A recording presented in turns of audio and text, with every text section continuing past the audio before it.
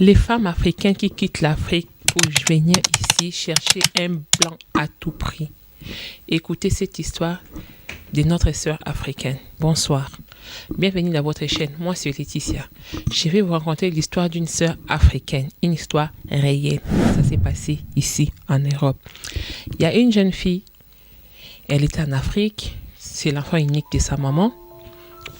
Et sa maman s'est battue pour envoyer sa fille ici en Europe pour faire des études. La jeune fille, une très belle jeune fille, une petite fille. La jeune fille est arrivée en Europe étant qu'étudiante. Elle a commencé à étudier et à faire le boulot des étudiants. Elle travaillait à dans des fast-food. Elle faisait le nettoyage juste pour arrondir ses mois. Comme sa maman n'avait pas trop de moyens. Sa maman n'avait pas de moyens et c'est elle-même qui prenait soin de ses études d'ici. En fait, la maison, la nourriture. Donc, elle était obligée de travailler.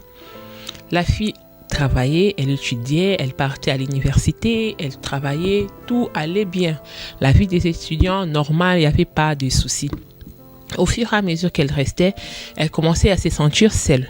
Elle disait qu'elle se sentait seule, loin de sa mère, loin de sa famille, de son pays. La vie n'est pas facile ici. Elle pensait que ça allait être facile et c'était difficile. Elle se plaignait, elle se plaignait. Elle a commencé à se faire deux amis. Elle s'est fait des amis africaines, elle s'est fait des amis européens, elle s'est fait en fait des amis. Elle était toujours dehors le week-end quand elle ne travaillait pas. Elle sortait, elle a profité de sa vie. C'est une jeune fille, elle profitait de sa vie. Elle a commencé à rencontrer, aller dans des connaissances, aller dans des rendez-vous.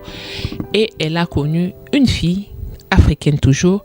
La fille africaine a mis les idées dans la tête du genre tu te sens seule et ici tu n'as pas de papier, si tes études finissent tu dois rentrer au pays, la vie du pays avec le soleil, tout ça.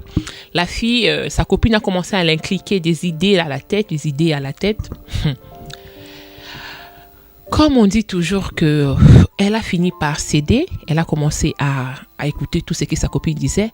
Sa copine l'a inscrite sur des sites de rencontres. Ici,